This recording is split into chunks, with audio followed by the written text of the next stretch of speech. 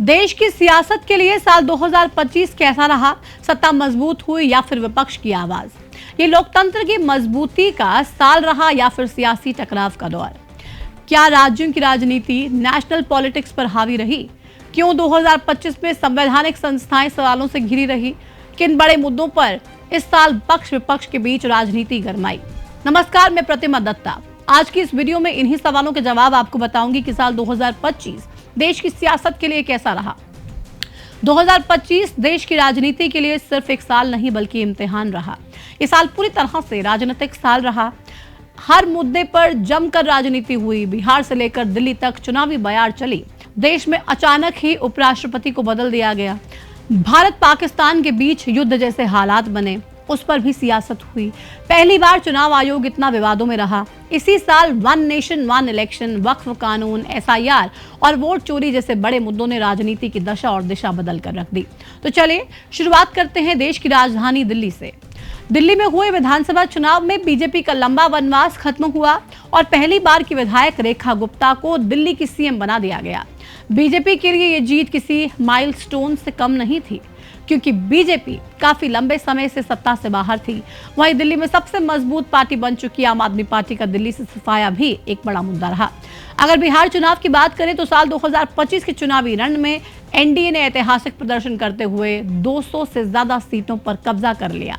BJP और JDU का तालमेल एक बार फिर से वोटरों को रास आया, जबकि विपक्ष की हालत इस चुनाव में पहले से भी बदतर हो गई। RJD, कांग्रेस और वाम दलों की साझेदारी वोटर्स को लुभा नहीं पाई। नतीजा ये हुआ कि तेजस्वी यादव की पार्टी सिर्फ 25 सीटों पर सिमट गई और एक बार फिर से CM की कुर्सी पर नीतीश कुमार की ताजपोशी हो गई। वहीं इस ऐतिहासिक जीत के बाद PM मोदी काफी गदगद नजर आए और कहा कि बिहार ने गर्दा उड़ा दिया। ये प्रचंड जीत, ये अटूट विश्वास बिहार के लोगों ने बिल्कुल गर्दा उड़ा दिया है। तो इन चुनावी नतीजों के लिहाज से तो साल 2025 बीजेपी के लिए अच्छा रहा, लेकिन कुछ ऐसे घटनाक्रम भी हुए जहां बीजेपी सवालों में घिरी हुई नजर आई। 21 जुलाई 2025 को जब चलते संसद सत्र के बीच अचानक से उपराष्ट्रपति जगदीप धनखड़ का इस्तीफा हुआ और अचानक हुए इस इस्तीफे के बाद पूरा देश हैरान रह गया। उस वक्त धनखड़ ने स्वास्थ्य कारणों का हवाला देकर इस्तीफा दिया, लेकिन 4 महीने बाद धनखड़ ने चुप्पी तोड़ी और इशारों में अपने इस्तीफे की असल वजह को बता दिया। भगवान करे कोई नैरेटिव के चक्कर में न फंस जाए। इस चक्कर में कोई फंस गया तो निकलना बड़ा मुश्किल है। मैं अपना उदाहरण नहीं दे रहा हूं। जगदीप धनखड़ के इन बयानों के बाद विरोधी दलों ने सरकार पर सवाल उठाए और खूब वार पलटवार भी चला। Vice President is gone. There's a big story about why he resigned. Why the Vice President of India, is in a situation where he cannot say a word. One word. में बात का बतंकर नहीं बनाना चाहिए। धनखड़ जी संवैधानिक पद पर बैठे, अपने कार्यकाल में उन्होंने संविधान के हिसाब से अच्छा काम किया जी। इनकी निजी स्वास्थ्य की समस्या के कारण इन्होंने इस्तीफा दिया है। हाँ। इसको ज्यादा खींचकर कुछ ढूंढने का प्रयास नहीं करना। धनखड़ के इस्तीफे के साथ ही देश का दूसरा सर्वोच्च संवैधानिक पद खाली हो गया। चुनाव आयोग ने तैयारी शुरू की और बीजेपी उम्मीदवार CV राधाकृष्णन देश के नए उपराष्ट्रपति चुने गए। अब बात करेंगे साल 2025 की ऐसी घटना की जिसने भारत ही नहीं बल्कि अंतर्राष्ट्रीय राजनीति में भी हलचल मचा दी। 22 अप्रैल 2025 को जम्मू कश्मीर के पहलगांव में टूरिस्ट से अचानक उनका धर्म पूछा गया और फिर एक एक कर 26 लोगों को मौत की नींद सुला दिया गया। मोदी सरकार ने 2014 के बाद से ये सबसे बड़े आतंकवादी हमलों में से एक था, जिसके जवाब में 7 मई 2025 की रात को भारत ने पाकिस्तान के खिलाफ ऑपरेशन सिंदूर चलाया, जिसके बाद दोनों देशों की सेनाओं के बीच जोरदार संघर्ष शुरू हो गया। इस बीच पाकिस्तानी सेना ने युद्ध विराम के लिए भारतीय सेना से अपील की, जिसके बाद युद्ध विराम तो हुआ, लेकिन अमेरिकी राष्ट्रपति ट्रंप ने दावा किया कि उन्होंने भारत पाकिस्तान के बीच युद्ध को रुकवाया है। Well, I stopped a war between Pakistan. I love Pakistan. I think Modi is a fantastic man. I spoke to him last night. We're going to make a trade deal with Modi of India. But I stopped the war between Pakistan and India. This man was extremely influential in stopping it from the Pakistan side. Modi from the India side, and others. And they were going at it, and they're both nuclear countries. I got it stopped. I don't think I had one story. Did I have one story written about it? I stopped a war between two major nations, major nuclear nations. I don't think I had a story written about it, but that's okay. बस यही बयान जिसके कारण देश में सियासी बहस छिड़ गई। पीएम मोदी और केंद्र सरकार पर अमेरिका के दबाव में आकर युद्ध रोकने का आरोप विपक्ष ने लगाया और खूब हंगामा हुआ, जिसके बाद संसद सत्र में भी इस मुद्दे पर चर्चा हुई।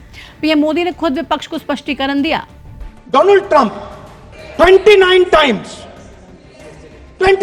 he said, 29 बार उन्होंने बोला कि भैया मैंने सीज फायर करवाया है।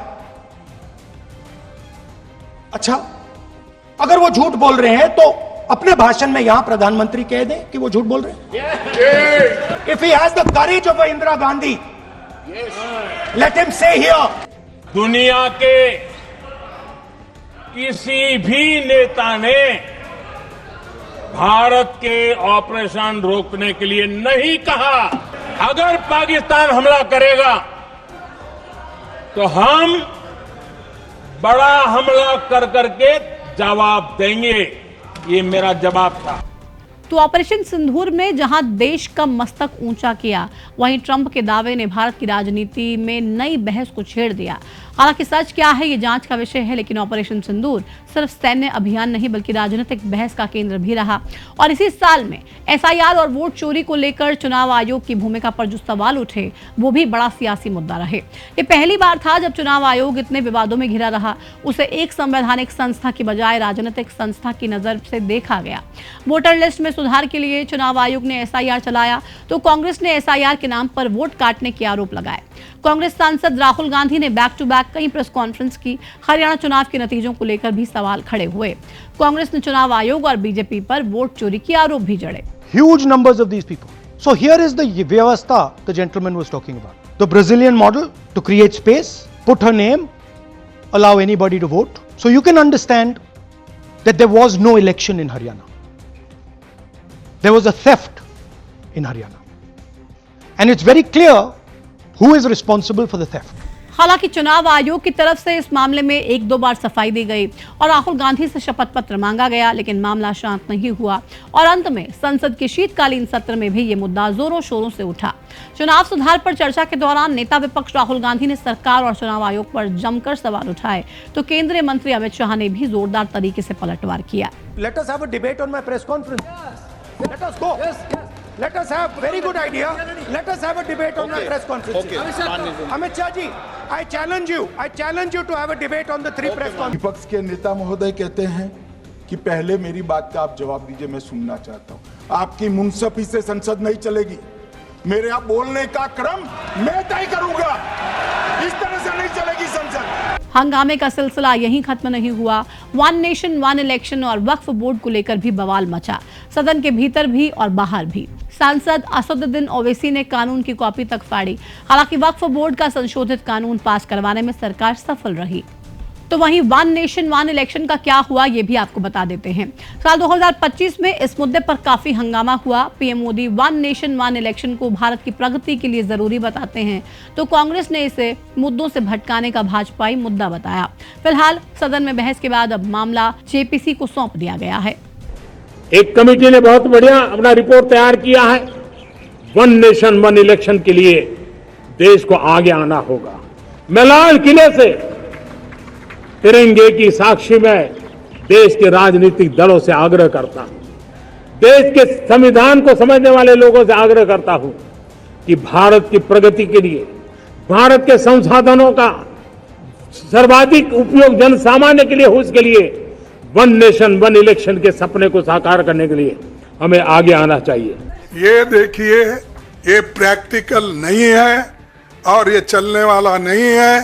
ये सिर्फ चुनाव जब बात है, कोई ना कोई कुछ मुद्दा नहीं मिल रहा उनको, ऐसी चीजें बात करने के लिए, इश्यू को डाइवर्ट करने के लिए वो बात करते हैं और इसीलिए और पूरे देश के लोग कोई मानने वाले भी नहीं है। बहरहाल साल 2025 में देश की राजनीति में कई बड़े सियासी घटनाक्रम हुए और कुछ घटनाक्रम तो ऐसे कि हमेशा हमेशा के लिए इतिहास में दर्ज हो गए। चाहे उपराष्ट्रपति का इस्तीफा हो या दिल्ली विधानसभा चुनाव में बीजेपी की सरकार बनना, ऑपरेशन सिंदूर पर सियासत और वोट चोरी का मुद्दा भी चर्चा का विषय रहा। आपके लिए 2025 का सबसे बड़ा राजनीतिक मुद्दा क्या रहा? कमेंट सेक्शन में हमें जरूर बताइए।